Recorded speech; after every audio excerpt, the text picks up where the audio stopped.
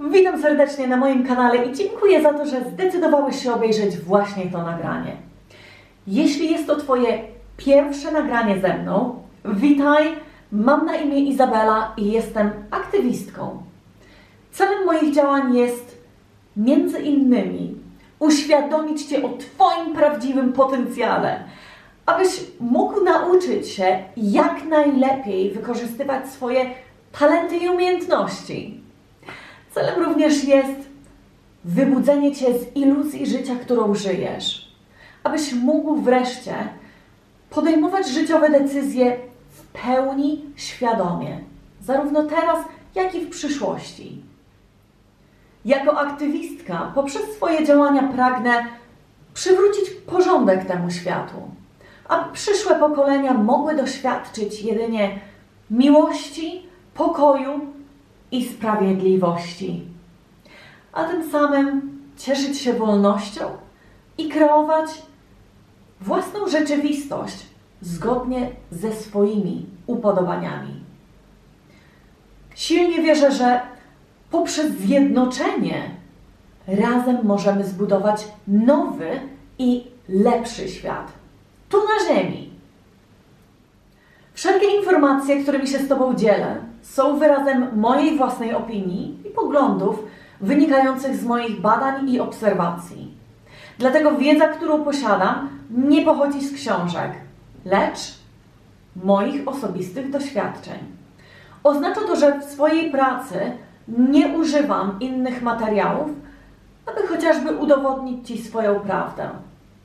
Wszelkie informacje zawarte w moich nagraniach nie mają na celu nikogo urazić, a tym bardziej zmieniać czyichś poglądów.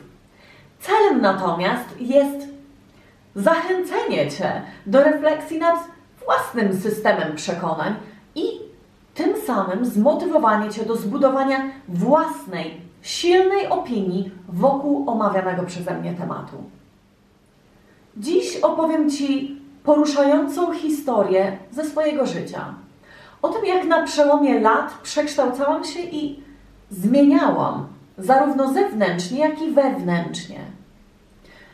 Zabiorę Cię do przeszłości, gdzie ujawnię Ci swoje największe sekrety, a w tym podzielę się z Tobą osobistymi doświadczeniami, tymi nawet najbardziej dotkliwymi, które przez lata budowały mój charakter oraz tworzyły postać, którą dziś jestem. Chcę, abyś usłyszał moją historię, bo wiem, że w ten sposób pomogę Ci zrozumieć siebie. A to oznacza, że zajrzysz do najgłębiej ukrytych tajemnic ludzkiego umysłu, swojego umysłu. Dowiesz się, jak działa mechanizm programowania. Odkryjesz własne talenty i umiejętności, o których być może jeszcze nawet nie wiesz. Ale ponad wszystko doznasz oświecenia, które już na zawsze odmieni Twoje życie. Jeśli jeszcze nie miałeś okazji obejrzeć wcześniejszych epizodów, zrób to już teraz, a dzięki temu będziesz na bieżąco ze wszystkimi informacjami. Podkreślam, że istotnym jest, abyś obejrzał wszystkie epizody, ponieważ każda historia jest kontynuacją ostatniej. A zatem łatwiej Ci będzie zrozumieć przesłanie moich wiadomości oraz cel mojej pracy. Jest to druga część trzeciego epizodu poświęcona mojej pierwszej pracy, którą podjęłam tuż po przeprowadzce do Londynu. Dziś opowiem Ci o swoich szokujących doświadczeniach zetknięcia się po raz pierwszy z odmiennymi kulturami, ich tradycjami oraz poglądami.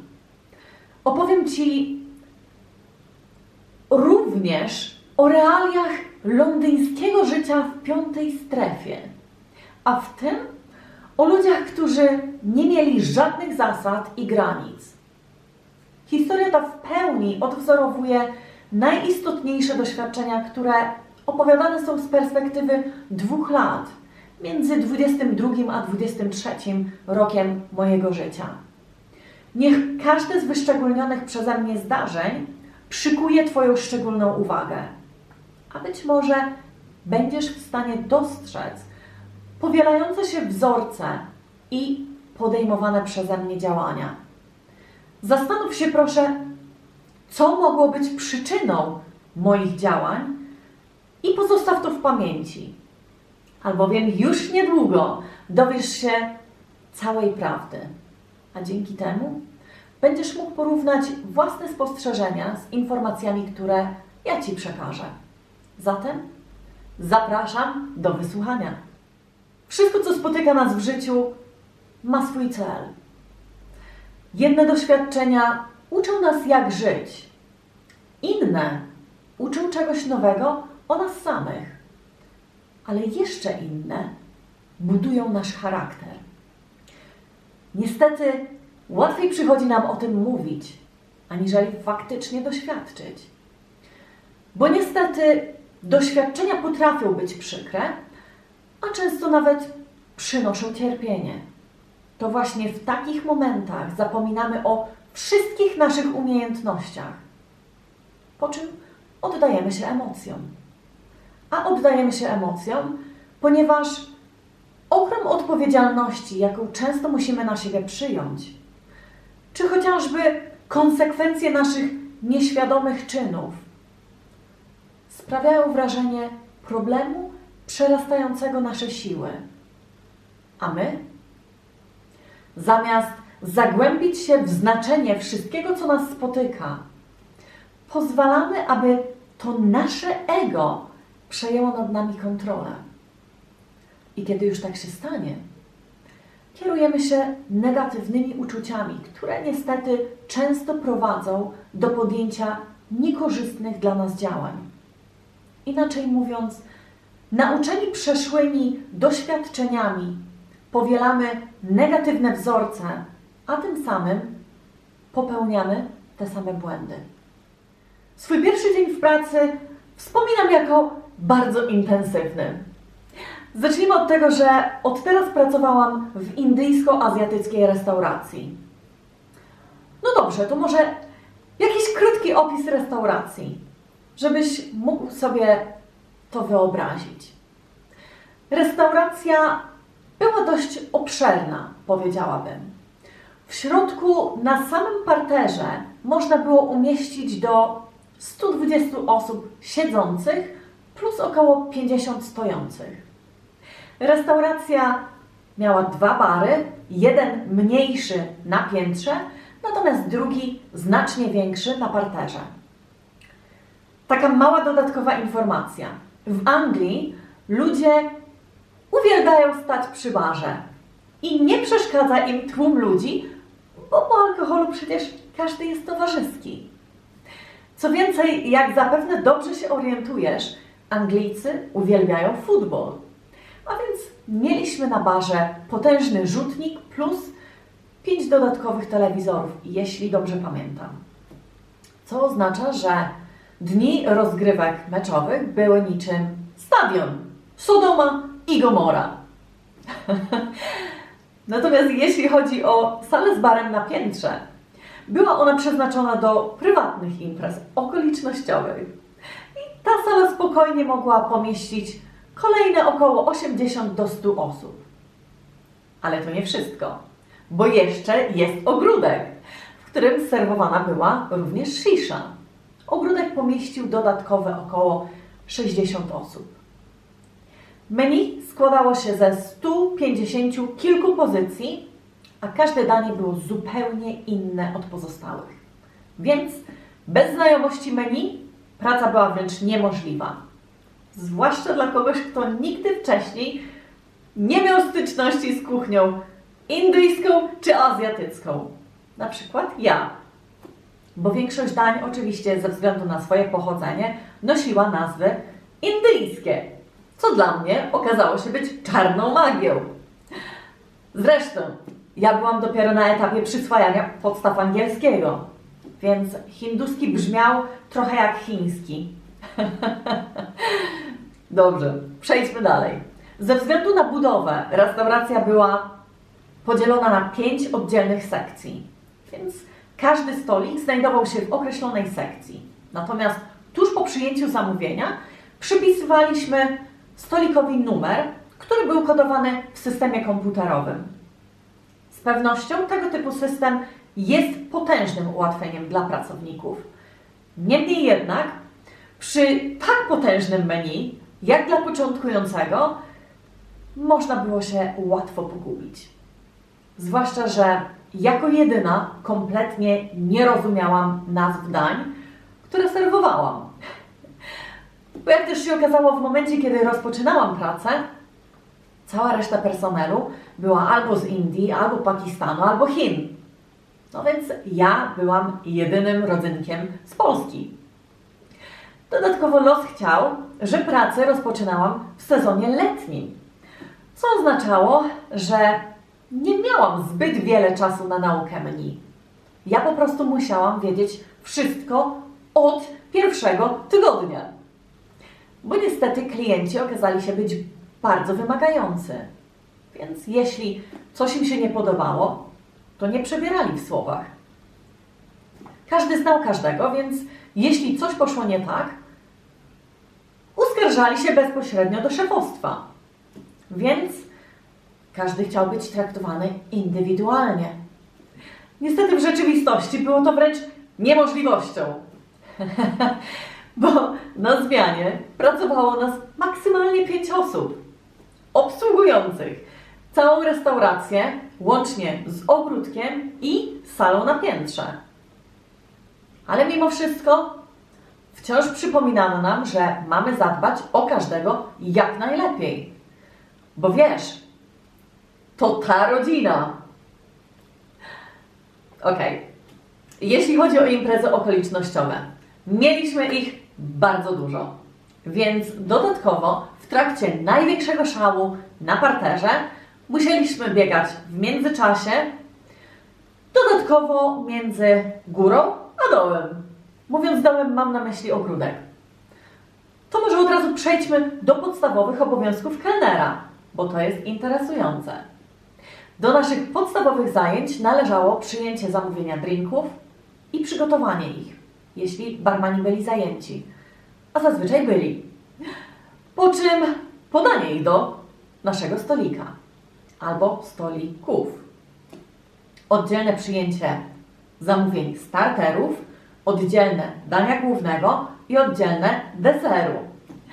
Nakrywanie stołu zgodnie z zamówieniem, po czym sprzątanie i nakrywanie, i sprzątanie i nakrywanie od nowa i tak w kółko.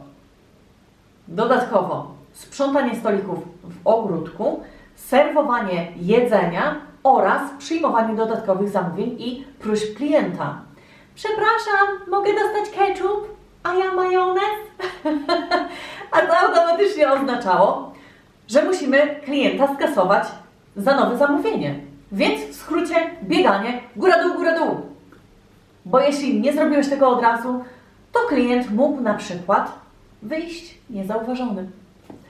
A zdarzało się tak, chociażby podczas meczów, kiedy to przyjmowaliśmy tłumy kibiców. Ale nie tylko, bo również w przypadku przerw na lunch, kiedy odwiedzali nas ludzie chyba ze wszystkich okolicznych biurowców. W międzyczasie również musieliśmy sprawdzać łazienki i smarować szczyty toalet olejem. O tym później. Dodajmy jeszcze, że klienci przychodzili z dziećmi, które biegały po restauracji, rozrzucały jedzenie, no i oczywiście brudziły. A my oczywiście musieliśmy to sprzątać.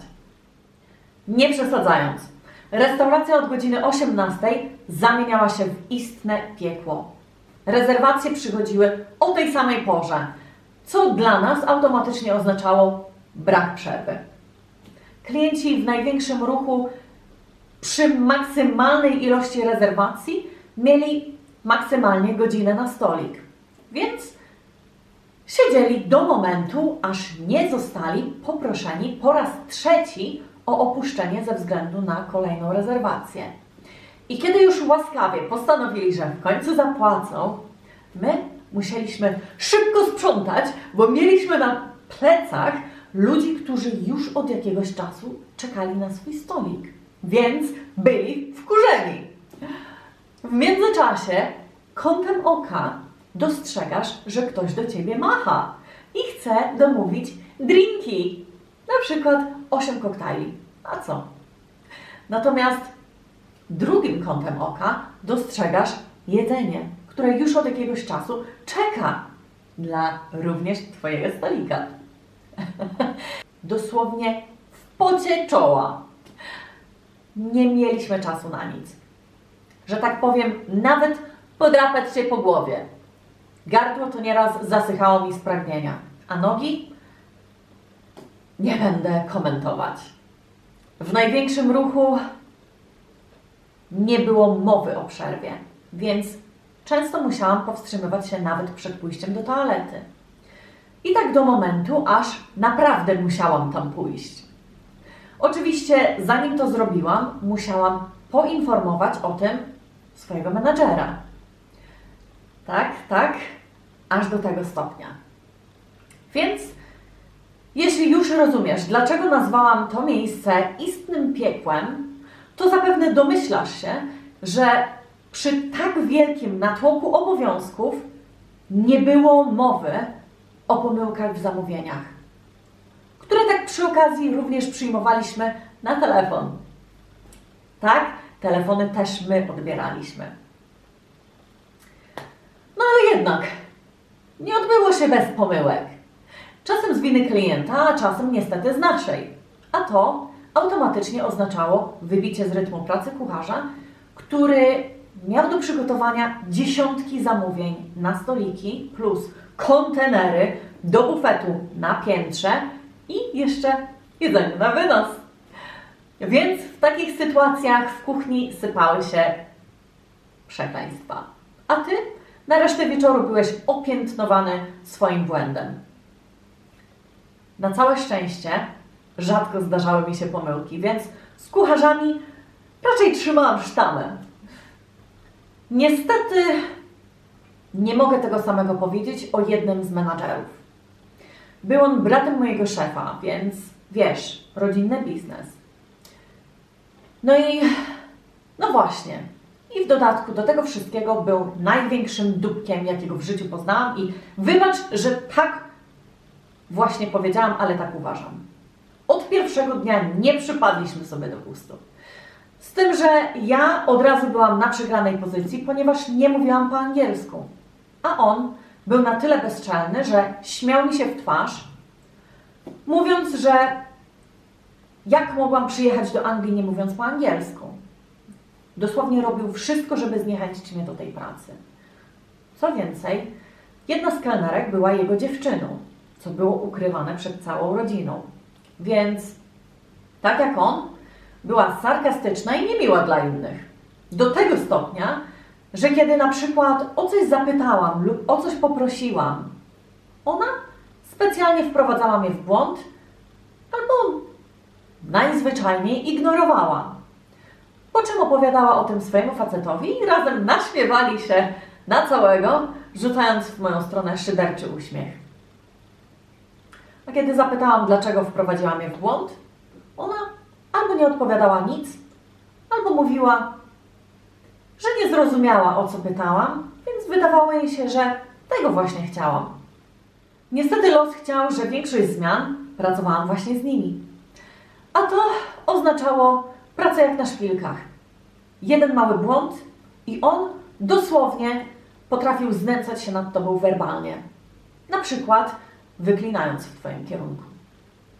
Albo obgadując do innych ludzi, tak żebyś słyszała i widziała. Więc na wspólnej zmianie zazwyczaj to ja musiałam biegać do wszystkich stolików, natomiast oni na przykład szli na papierosa. Więc jak zapewne już dobrze się domyślasz, ten facet wyprowadził mnie z równowagi wielokrotnie. A uwierz, o to naprawdę było ciężko. Ale przez niego czułam, że on naprawdę wyniszczał mnie psychicznie. Czasem wystarczył po prostu widok jego twarzy, żebym do końca dnia miała zrujnowaną zmianę. Więc kiedy czułam, że zaraz eksploduję płaczem z nerwów i złości. Na poczekaniu wymyślałam jakiś pretekst, żeby jak najszybciej zejść do piwnicy i w porę dobiec do chłodni, w której się zamykałam i krzyczałam w niebiosa, że już za cholerę nie daję rady. Oczywiście to nie zmieniało faktu, że musiałam zaraz wracać na górę, bo miałam milion rzeczy do zrobienia i było bardzo dużo ludzi. Więc szybko próbowałam uspokoić się, na przykład głębokimi oddechami, wachlowaniem twarzy, po czym przecierałam twarz z łez i biegłam z powrotem na górę. Ale wiesz, co jest najgorsze? Że wszyscy wiedzieli, że było naprawdę źle, ale nikt nie chciał się wtrącać, bo najzwyczajniej bał się konsekwencji. A bał się konsekwencji, bo wiedział, że ten facet był niepoczytalny. Większość czasu był na konkretnym haju kokainowym, więc czuł się panem tego świata. On nie miał żadnych granic.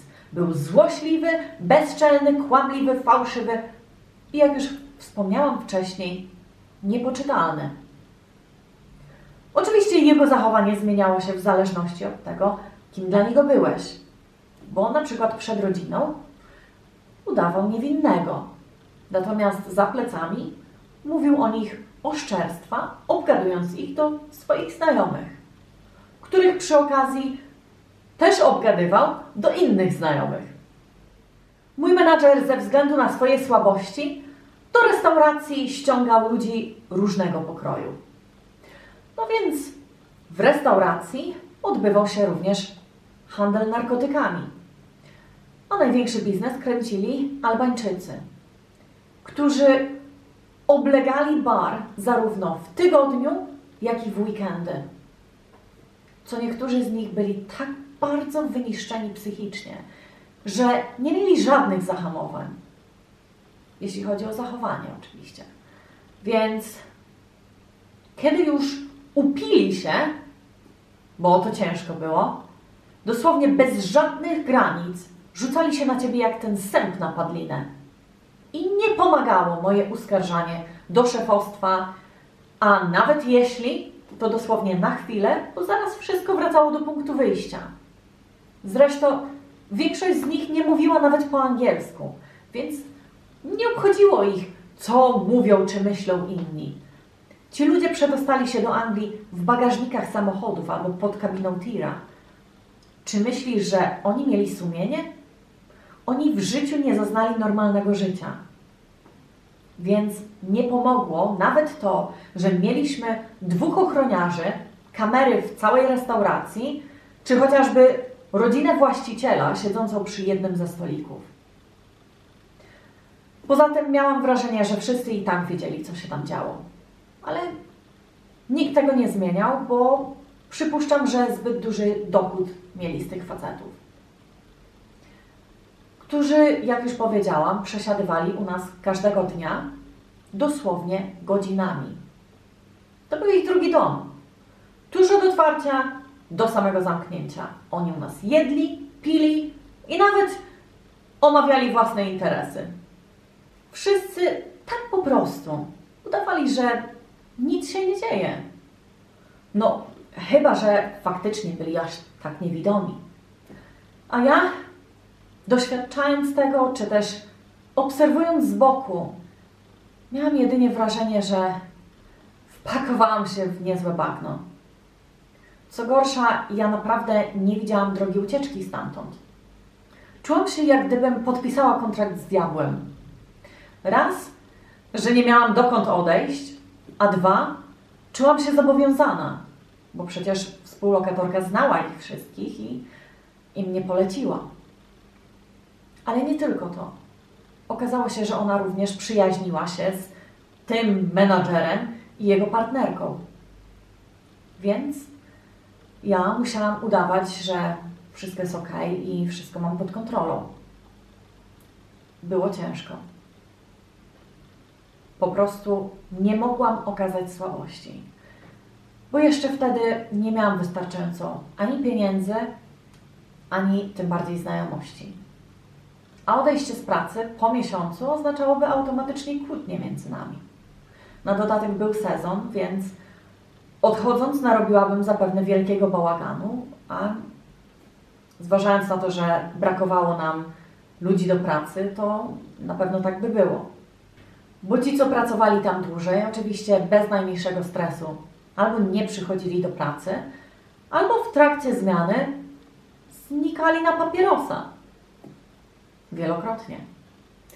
A że ja byłam nowa i nie znałam tam nikogo jeszcze zbyt dobrze, byłam jak ta czarna owca.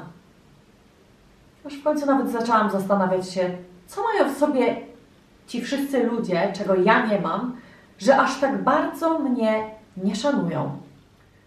I tak też mijały dni, tygodnie i miesiące.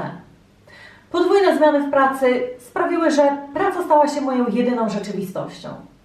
Dostarczała mi tyle różnych nowych doświadczeń, że nigdy nie wiedziałam, czego mogę spodziewać się od następnego dnia. Do domu wracałam wykończona i śmierdząca. Potem zmieszanym z jedzeniem. Ochyctwo. W dodatku miałam spuchnięte od biegania nogi i nerwy nadszarpnięte do kresu wytrzymałości. Ale niestety dom nie był moją oazą spokoju, bo nie miałam swojej prywatności, bo spałam na rozkładanej kanapie w salonie. A kiedy wracałam do domu, para często siedziała w salonie na kanapie i albo palili skrętę, albo popijali sobie. I co ja miałam zrobić? Powiedzieć, że nie odpowiada mi to? Człowieku, ja bym rozpętała tam wojnę. No więc, nie widząc innej opcji, często po prostu zapaliłam razem z nimi. Chociażby po to, żeby choć na chwilę zapomnieć o tym, gdzie jestem i co się dzieje. Zresztą dzięki temu dosłownie po jednym zaciągnięciu czułam, jak nerwy powoli popuszczały. A uwierz mi, że w tamtym okresie byłam jak jeden wielki kłąb nerwów. W dodatku wszystko się działo we mnie, bo komu miałam się uskarżać? Więc jeśli mówię, że nie widziałam żadnej innej drogi wyjścia, jak po prostu zapalić tego cholernego skręta, to uwierz, że tak właśnie było. Bo niby skąd miałam mieć porównanie, jeśli to, czego doświadczałam, było w tamtym momencie jedyne i prawdziwe. Naprawdę było mi cholernie ciężko, ale wiedząc, że moi współlokatorzy przyjaźnili się ze znienawidzonym przeze mnie człowiekiem, ja nie mogłam powiedzieć nawet słowa, więc musiałam się dostosować. Zresztą, jak też się później okazało, moja współlokatorka nie była lepsza, bo potrafiła być równie ironiczna i bezczelna co on. Kiedy na przykład zdarzyło mi się popełnić błąd w wymowie lub użyć nieodpowiedniej formy, ona potrafiła poprawiać mnie przy wszystkich, dosłownie jak ten kat nauczyciel. Czasem nawet 5 razy w jednym zdaniu. Po czym nerwy jej popuszczały i robiła mi wywody, wymagając ode mnie już po miesiącu perfekcyjnego angielskiego. Jak gdyby wstydziła się za mnie. Więc chciała pokazać, że ona ma kontrolę, bo ona sama mówi poprawnie. Więc pytanie.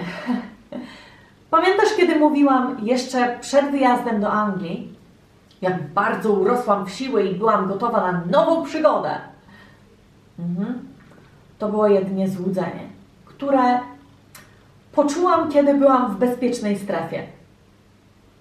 Bo jak też się okazało, cała ta sytuacja z pracą, menadżerem, jego dziewczyną, czy też tą współlokatorką dosłownie odebrały mi resztki mojej pewności siebie. Czasami czułam się jak ta mała, zagubiona owieczka, która próbowała za wszelką cenę przetrwać w ciemnym lesie pełnym zgłodniałych wilków. W dodatku czułam się w tym wszystkim zupełnie sama. Tygodnie mijały, a ja coraz bardziej zaczynałam przyzwyczajać się w końcu do tego londyńskiego życia. Aż w końcu nauczyłam się żyć tak jak i oni. Bo niestety presja otoczenia okazała się zbyt silna, a ja już nie miałam siły z tym walczyć. Zrozumiałam, że jedyną drogą bycia zaakceptowanym jest po prostu stać się jedną z nich.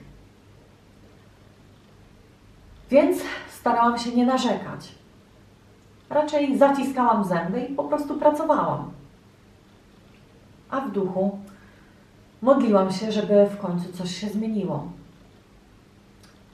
A że faktycznie się na to nie zapowiadało, po prostu żyłam z dnia na dzień. Bo jeszcze wtedy, nie mając większej wizji przyszłości, raczej ciężko mi było wyrwać się stamtąd. Jeszcze nie wiedziałam, czego chciałam, więc z czasem przyzwyczaiłam się nawet do tych pijanych Albańców, a nawet do tego, że handlowali narkotykami. Natomiast jeśli chodzi o klientów, w życiu nie byłbyś w stanie rozpoznać, kto był na haju, a kto nie. A to chociażby dlatego, że większość naszych klientów brała m.in. kokainę. Na pewno zszokuje Cię, jeśli powiem Ci, że w większości byli to biznesmeni, którzy byli również ojcami. Mało tego, oni byli na haju, w tym samym czasie przebywając razem ze swoją rodziną na wspólnej kolacji. Czasem ućpani do tego stopnia, że tracili poczytalność. A co na to żony? Nic. One wiedziały, ale nie miały prawa nic powiedzieć. A to dlatego, że siedziały na benefitach swoich mężów.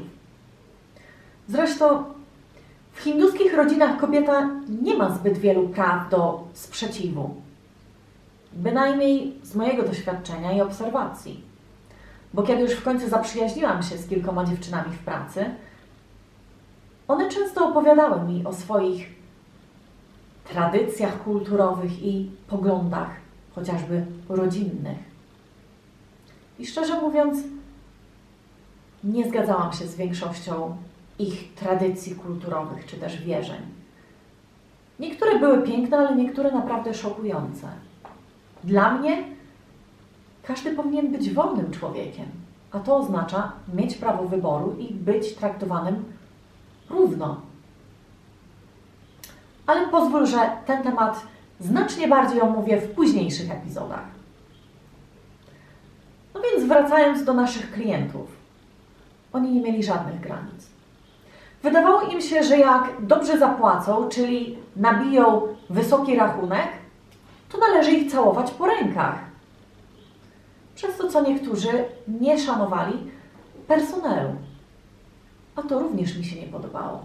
Więc zdarzało mi się wymuszać na nich zwroty grzecznościowe, zanim ich obsłużyłam. I nie, już później nie liczyłam się z ewentualnymi konsekwencjami. Nie obchodziło mnie to. Natomiast jeśli zastanawiać się, dlaczego smarowaliśmy olejem szczyty toalet, to tylko dlatego, że to właśnie na nich nasi wspaniali klienci posypywali czy usypywali kreski, które wciągali, a mowa tu o kreskach kokainy. W weekendy do restauracji przychodziły tłumy ludzi, a to chociażby ze względu na lokalne kluby, do których wszyscy chodziliśmy. Więc często można było zaobserwować na przykład młode dziewczyny upite do nieprzytomności, do tego rozebrane, że cały tyłek był na wierzchu, a to niestety przyciągało uwagę nieokiełznanych zmysłów, pijanych facetów.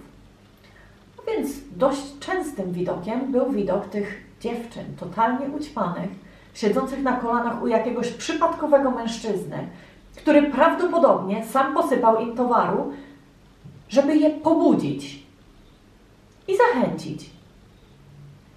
Najgorsze jest to, że większość tych małolatów była w moim wieku, a nawet jeszcze młodsza, więc czasem naprawdę ciężko mi było patrzeć na te dziewczyny i to, jak one się zatracały tam. Niektóre być może pochodziły z bogatych domów, ale niestety większość z nich z tych biedniejszych. A przez to zadawały się z każdym, kto miał co posypać. Przykre, ale prawdziwe. Miałam wrażenie, że ci wszyscy ludzie totalnie nie zdawali sobie sprawy z tego, jak bardzo złe to wszystko było. A z drugiej strony natomiast nic mnie już nie dziwiło. W końcu w takich warunkach dorastali. Czasami naprawdę przerażała mnie myśl o tym, że tak faktycznie wygląda londyńska rzeczywistość. Chwilami nawet bałam się, że nic już nigdy się nie zmieni. Aż w końcu przestałam z tym wszystkim walczyć. I starałam się zaakceptować takim, jakie było. Co nie zmienia faktu, że już nie chciałam czuć się ofiarą. Siedzenie w tym bagnie po uszy sprawiło, że zbudowałam wokół siebie mur ochronny. Bo tam naprawdę trzeba było walczyć o przetrwanie. Zwłaszcza jako kobieta. Więc od teraz i ja byłam sarkastyczna. Aż w końcu wyszła ze mnie prawdziwa buntowniczka. Wiedziałam, że jedyną drogą przetrwania była gra tą samą kartą. Więc nauczyłam się grać tak jak oni. Co prawda, jak już wcześniej wspominałam, kokaina niezbyt przypadła mi do gustu. Ale od okazji zdarzyło mi się wziąć razem z nimi. I tak właśnie zintegrowałam się z tym nielubianym przeze mnie menadżerem i jego dziewczyną. Kilka wspólnych imprez i w końcu przestaliśmy mieć zgrzyty między sobą. Oczywiście wciąż mu nie ufałam, ale bynajmniej nie musiałam już słuchać jego złośliwości czy sarkazmów. Ale wiesz co? Być może zdziwisz się tym, co Ci zaraz powiem. Pomimo cierpienia i zszarganych nerwów, jakich doświadczyłam w tej znajomości, po tym wszystkim, jak mnie traktował, ja, chociażby ze współczucia, które wciąż we mnie było, często ratowałam mu dupsko, kiedy on na przykład przychodził na najgorszym kacu, czy też zjeździe kokainowym. I odkąd jego zachowanie nie ulegało poprawie, po prostu nauczyłam się akceptować go takim, jakim był. A uwierz, był moim największym wyzwaniem. Bo to on właśnie uaktywniał we mnie te demony, które kusiły mnie do robienia złego. Co gorsza, jak już wspomniałam wcześniej, był niepoczytalny, więc zdarzało mu się w trakcie pracy wziąć na przykład ekstazę. A chwilę później totalnie ućpany obsługiwał klientów. Mówiąc ekstaza, mam na myśli MDMA. Ale o wszystkich doświadczeniach z narkotykami dowiesz się już w kolejnej części. Natomiast teraz pozwól, że jedynie posłużę się pojęciami, jeśli na przykład kompletnie nie wiesz, o czym mówię. Więc wszystko w detalach, łącznie z działaniem, będzie opisane w kolejnej części. Okazało się, że znajomość angielskiego była konieczna od zaraz. A to chociażby dlatego, że czułam wielką presję, którą wywierał na mnie ten menadżer. Na całe szczęście dużym ułatwieniem był fakt, że rozumiałam, co ludzie do mnie mówili. Znacznie gorszym było sformułowanie odpowiedzi. Nie wiem, po prostu czułam się zablokowana. Ale dzięki Bogu wszyscy klienci byli bardzo cierpliwi i wyrozumiali. I z czasem przyzwyczaili się do tego, że byłam jedyną Polką w całej załodze. Więc angielskiego uczyłam się głównie obserwując ludzi i ich mimikę twarzy, też ze słuchu. Oczywiście nie mówię tu o akademickich umiejętnościach, ale wystarczało, żeby nawiązać rozmowę, czy chociażby pożartować z klientami.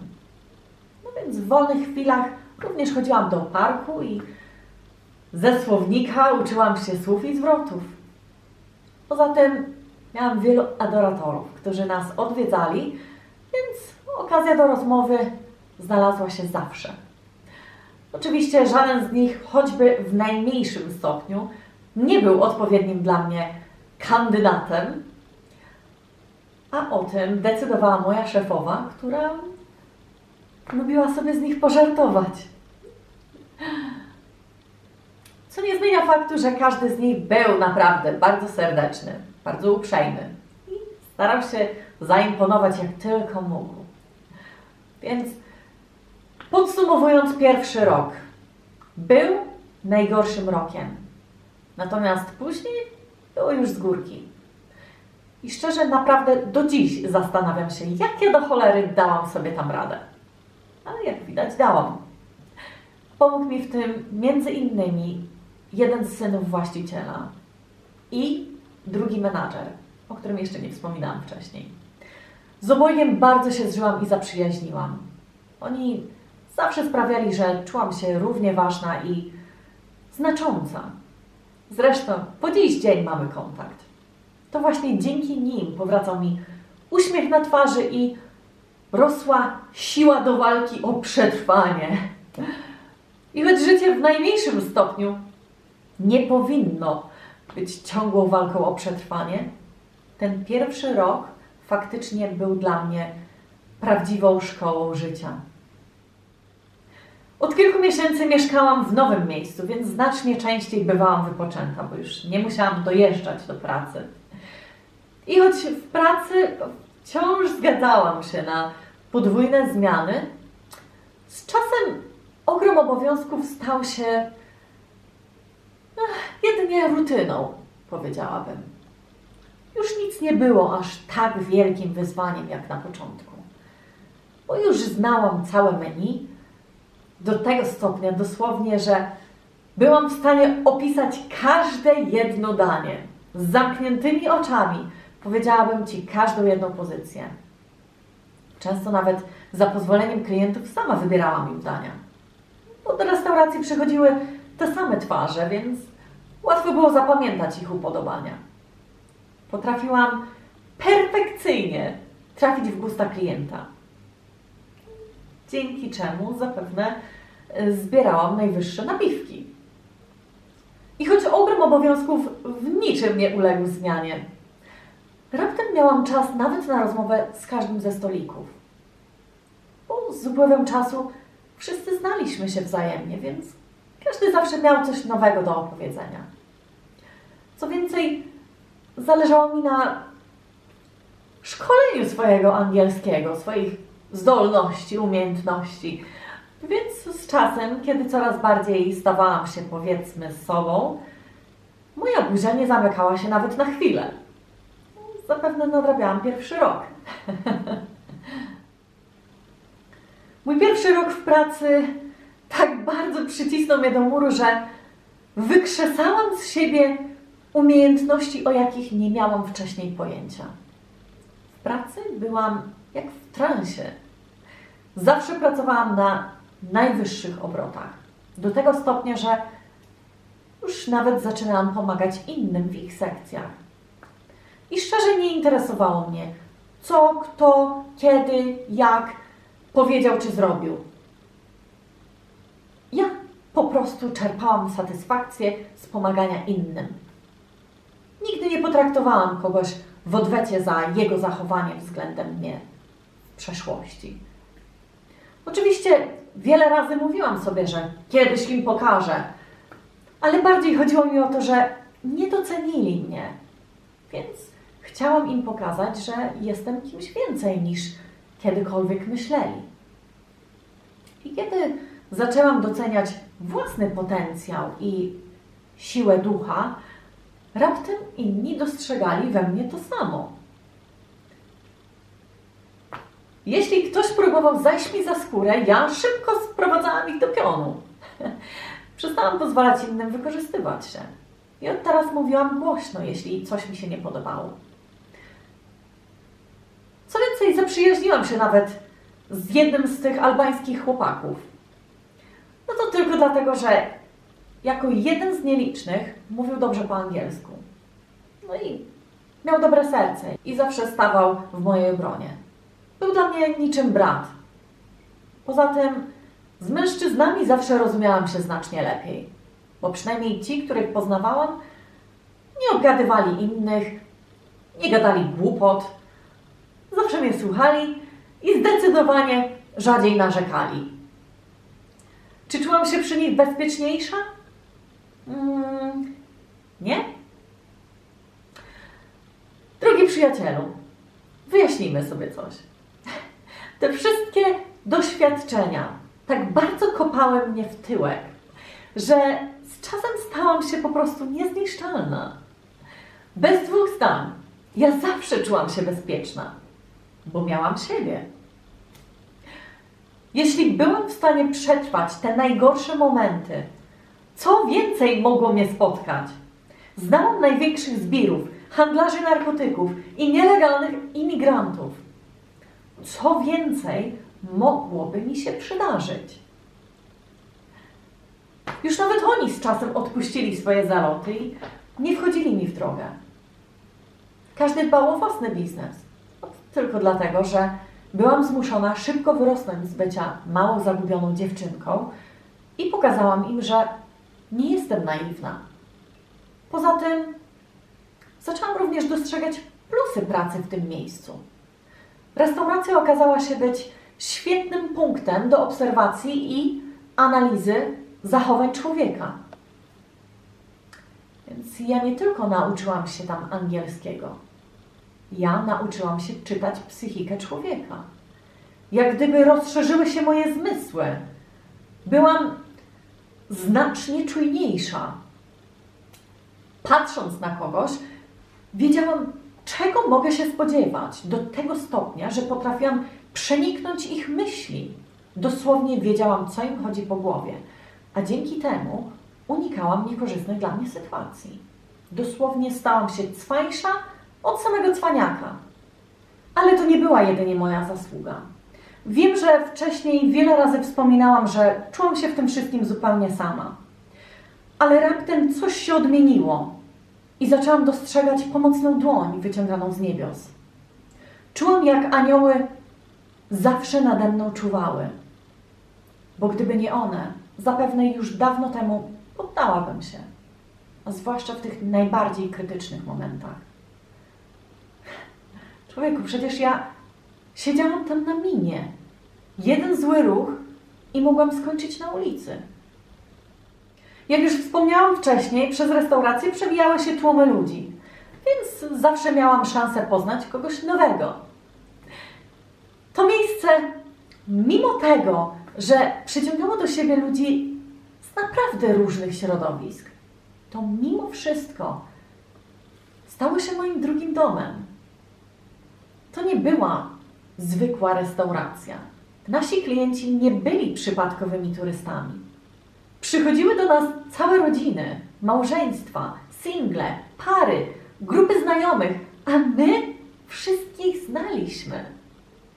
Znaliśmy ich historię, co niektórych do tego stopnia, że wiedzieliśmy o ich największych problemach czy słabościach. Fakt tego, że był to rodzinny biznes, sprawił, że wszyscy czuliśmy się jak rodzina. Oczywiście jak to w pracy dochodziło do zgrzytów między nami, ale kiedy ktoś miał potrzebę, na szefa zawsze można było liczyć. Zresztą to właśnie z jego rodziną spędzałam święta Bożego Narodzenia. Szef co roku organizował w swoim domu spotkanie dla członków rodziny i personelu. To tak od święta. Natomiast po pracy często wychodziliśmy razem do klubów. I wtedy szef na przykład wynajmował dla nas lożę albo całe piętro. I na jego koszt bawiliśmy się do białego rana. I jeszcze w tamtych czasach wydawało mi się, że to było fajne i miłe z jego strony. Poza tym wypłata zawsze była na czas, a kiedy potrzebna była zaliczka, to bez problemu mogło się dostać. Oczywiście to wszystko było odwdzięczeniem za ciężką pracę i wkład, jaki dawaliśmy z siebie, żeby klient zawsze wychodził i wracał zadowolony. W pracy raczej nikt nie odstawał od reszty. Bynajmniej pracując z nimi drugi rok, nie zwracałam już uwagi na innych. Oczywiście o ile to było możliwe. Każdy miał własne problemy i każdy starał się radzić sobie z nimi jak mógł. I niestety zazwyczaj były to używki. Jak też się okazało, nie tylko kokaina była najbardziej rozchwytywanym dragiem. Większość, zwłaszcza tych małolatów w moim wieku, paliła również skręty. Więc Więc często po pracy całą ekipą siadaliśmy na schodach budynku niedaleko pracy i paliliśmy jednego czy dwa. To tak na zakończenie dnia i lepszy sen, powiedzmy, bo po pracy każdy faktycznie był wykończony i psychicznie, i fizycznie. I właśnie te momenty wspominam najbardziej, bo to dzięki temu właśnie coraz bardziej pozwalałam ludziom burzyć ten mur, który zbudowałam wokół siebie. A tym samym otwierałam dla nich swoje serce. Raptem powróciły uczucia z dzieciństwa i czułam się odpowiedzialna za nich wszystkich. Mimo tego, że wszyscy popełnialiśmy te same błędy, eksperymentowaliśmy z narkotykami, czy też upijaliśmy się do rana, to jednak wciąż miałam wrażenie, że jako jedyna wierzyłam, że tam jest lepszy świat i że rzeczywistość może wyglądać inaczej. Ale mimo wszystko myślę, że wciąż jeszcze byłam na etapie próbowania i uczenia się wtedy, więc obraz rzeczywistości, którą wyobrażałam sobie, nie był jeszcze wystarczająco przejrzysty. Poza tym jeszcze nie czułam się gotowa na większe zmiany. Chciałam ich, ale z jakiegoś powodu czułam się zablokowana i nie widziałam drogi wyjścia z własnej sytuacji. Zresztą, jak już powiedziałam, byłam jedyną osobą w całym towarzystwie, która kiedykolwiek wspominała o zmianach czy chociażby planach na przyszłość. Bo zważając na podejście i zachowanie moich znajomych, oni raczej cieszyli się z życia, które prowadzili. Oczywiście większość z nich zmagała się z ciężkimi nałogami, ale oni oczywiście traktowali to jako zwykłą zabawę, a nie problem. Ale wyjaśnijmy sobie jedną rzecz. Moi znajomi w najmniejszym stopniu nie wyglądali, nie przypominali ćpuna z ulicy przedstawionego w amerykańskich dramatach. Wszyscy mieli pieniądze, dbali o wygląd zewnętrzny i mieli własne interesy. Więc uważali, że kokaina jest lekarstwem i nie tylko pomaga lepiej funkcjonować, ale przede wszystkim osiągać sukcesy. Ja miałam troszeczkę inne podejście, jeśli chodzi o używki, a już zwłaszcza kokainę. Obserwując tych wszystkich ludzi, naprawdę martwiłam się o nich. Bo jeszcze wtedy myślałam, że eksperymentowanie z drogami jest jedynie przelotnym okresem w życiu niedojrzałego człowieka. Myślałam, że popróbujesz tego, tamtego i w końcu dojrzejesz do decyzji, że czas z tym skończyć. Niestety to była jedynie moja wizja, bo cała reszta nie widziała problemu w zażywaniu jakichkolwiek substancji psychoaktywnych na porządku dziennym. O czym zresztą przekonasz się w kolejnym epizodzie. No więc martwiłam się o nich. Problem w większości dotykał mężczyzn i widać było, że co niektórzy już dawno stracili nad tym kontrolę. A ja oczywiście ingerowałam jak tylko mogłam. Bo moja empatia dla tych ludzi sprawiała, że dosłownie czułam ich wnętrze, co tam się działo. Każdą jedną rozmowę traktowałam jak badanie na pacjencie. Dokładnie analizowałam sytuację każdego z nich i powoli zaczynałam dostrzegać prawdziwą przyczynę ich uzależnienia. Niestety jeszcze wtedy nie wiedziałam, jak mogłabym im pomóc. Wydawało mi się, że jeśli powiem im, że mają problem, który należy rozwiązać i ja mam do niego rozwiązanie, to oni podskoczą z zachwytu i od razu poddadzą się terapii. Niestety tak to nie działa i moje starania zdały się na nic, bo uzależnienie było znacznie silniejsze. I nawet jeśli ktoś odstawił używki, to dosłownie na jeden weekend, po czym kolejnego był gotowy na podwójną dawkę. I ten obraz tak bardzo pochłaniał moje myśli, że wciąż zastanawiałam się, jak mogłabym im pomóc, żeby już na zawsze odstawili te cholerne dragi. Więc teraz czułam, że nasze role raptem się odwróciły i już nie czułam się ofiarą, bo teraz czułam, że byłam tam jedyną nadzieją. Wychowywana w rygorystycznych warunkach, gdzie nie było mowy o narkotykach czy chociażby papierosach, w porównaniu do co niektórych, ja znałam inną rzeczywistość. I właśnie wtedy powoli zaczynałam dostrzegać plusy w zasadach, jakie stosował ojciec. Bo teraz, mając porównanie do tego, jak te dzieciaki były wychowywane, w jakich warunkach, nie dziwię się, że większość z nich nie radziła sobie z własnymi słabościami. Bo tam najważniejsze były pieniądze. Każdy chciał je mieć, żeby móc się pokazać przed innymi. Więc między innymi dlatego mężczyźni zarabiali, sprzedając narkotyki. Bo to właśnie na to był największy popyt.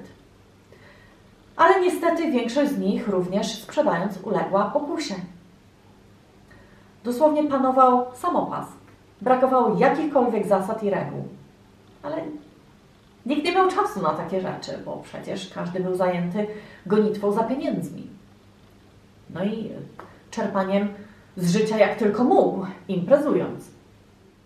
Zetknięcie się z taką rzeczywistością otworzyło mi oczy. Raptem czułam, jak jakaś cząstka mnie już nie chciała tam być. Te ciągłe imprezy, przychodzenie do pracy na kacu, czy chociażby te przepite i ućpane twarze coraz bardziej stawały się obrazem nie do przyjęcia. Bałam się, że jeśli zostanę tam dosłownie chwilę dłużej, to być może skończę jak co niektórzy z nich. Zwłaszcza, że coraz częściej zaczynałam palić skręty. Wróciłam nawet do papierosów na jakiś moment, bo naprawdę ciężko mi było radzić sobie ze stresem. Bo tam nikt nie chciał słuchać o Twoich problemach. Tam każdy chciał się podzielić własnymi. Więc odkąd zaczęłam dostrzegać wszystko w innym świetle, raptem każdy przychodził do mnie po poradę. Zauważyłam, że ludzie zwierzali się ze swoich problemów jedynie do mnie. I choć próbowałam jak mogłam wskazać im drogę, oni mimo wszystko wciąż zdawali się być zbyt słabi na walkę ze swoimi słabościami. Kompletnie nikt nie wychodził myślami poza strefę pracy i tego, co działo się z dnia na dzień. Więc moje wywody były jak mówienie do ściany. Nikt nie rozumiał, bo nie znał innej rzeczywistości. A mi ciężko już było to wszystko akceptować, odkąd byłam tam jedyną osobą wśród wszystkich postrzegającą rzeczywistość inaczej. Byłam nawet na siebie zła, że uległam tym wszystkim pokusom, bo pozwoliłam sobie na chwilę stracić kontrolę. Ale na całe szczęście w porę się ocknęłam i dlatego właśnie musiałam jak najszybciej podjąć jakieś kroki ku przemianie. Byłam gotowa odstawić wszystko, bo zbyt długo miałam wrażenie, że stoję w miejscu. Więc kiedy już wystarczająco, powiedzmy, urosłam w siły, zaczęłam dostrzegać, że inni przez cały ten czas próbowali ściągać mnie w dół razem ze sobą, bo przecież nie mogę być lepsza od nich. Więc odkąd nie pomagały moje starania i usilne wyciąganie ludzi z ich sytuacji, już nie potrafiłam dłużej akceptować tego, co się tam działo. Poza tym już od dawna myślałam o odejściu. No ale do tej pory jeszcze nie potrafiłam tego zrobić, bo wciąż tłumaczyłam sobie, że tak wiele razem przeszliśmy, że czułam, że nie mam wystarczająco dużo odwagi, aby opuścić tych ludzi. Niestety co innego natomiast mówił głos wewnętrzny, który krzyczał mi w twarz: odejdź! Aż w końcu był silniejszy od samego ego. Czułam, że to był mój czas, bo w głowie już od miesięcy planowałam przecież swoje odejście. Niestety za każdym razem, kiedy miało to nastąpić, czy wydarzyć się, coś na nowo musiało stać się i rozmiękczyć moje serce, żebym po prostu nie odeszła. Aż do dnia, kiedy ten menadżer po raz kolejny wyprowadził mnie z równowagi. W tym samym czasie szef z żoną byli na wakacjach, a ja tym samym już nie potrafiłam akceptować jego nieodpowiedzialnego zachowania, więc zabrałam rzeczy i wyszłam. Wykorzystałam sytuację, że ich nie było. Mimo ich telefonów i przekonań, że już się więcej nie powtórzy, nie wróciłam. Ale jestem przekonana, że gdyby nie to, że w końcu zaczęłam dostrzegać i doceniać własne wartości, to zapewne zostałabym znacznie dłużej. Nie pochlebiając sobie, byłam cenionym pracownikiem. Po ponad 2 latach pracy w tej restauracji ja wiedziałam o niej wszystko. Zawsze pracowałam na najwyższych obrotach. Pomagałam kolegom w ich sekcjach. Pomagałam w kuchni przy zamówieniach. Stawałam na barze i obsługiwałam salę, czasem w pojedynkę. Znałam wszystkich klientów i ich upodobania. Zawsze dbałam o czystość. Każdy był zadowolony. Nie mieli prawa narzekać. Ale wszystko działa w obie strony. Po dziś dzień jestem cholernie wdzięczna za wszystko, co dla mnie zrobiła ta rodzina. Traktowali mnie jak córkę. Ufali mi i pozwolili pracować według własnych zasad. Doświadczenia, jakie wyniosłam z tej pracy, zbudowały na nowo moją pewność siebie. Tym razem już na poważnie. Już nigdy więcej nie czułam się gorsza od innych. W końcu byłam gotowa pójść dalej i spróbować czegoś nowego, większego. Dali mi niezłą szkołę życia i nauczyli przetrwania w najcięższych warunkach. Więc dzięki temu miejscu poznałam również tysiące ludzi pochodzących z totalnie innych środowisk i kultur. Poznałam ich zwyczaje i poglądy, ale nie z samych opowiadań. Dzięki tej pracy miałam szansę rozwinąć swoje umiejętności analityczne i obserwacyjne. Odkryłam w sobie zdolności bezpośredniego połączenia się z uczuciami i myślami drugiego człowieka. Przenikanie ich wnętrza pozwoliło mi znaleźć przyczyny ich problemów, co zresztą do dziś wykorzystuję w swojej pracy. Ta praca wykrzesała ze mnie siłę, o jakiej w życiu nie miałam pojęcia. Od teraz nie bałam się ludzi i wyrażania własnej, odmiennej opinii. Ale ponad wszystko zrozumiałam, że wcale nie muszę robić tych wszystkich rzeczy, żeby inni mnie akceptowali. I choć w żadnym stopniu nie czułam się ani gorsza, ani lepsza od nich, to z jakiegoś powodu czułam, że miałam przewagę. A to chociażby dlatego, że ja zdecydowałam się na zmianę, czego niestety większość z nich nie potrafiła zrobić.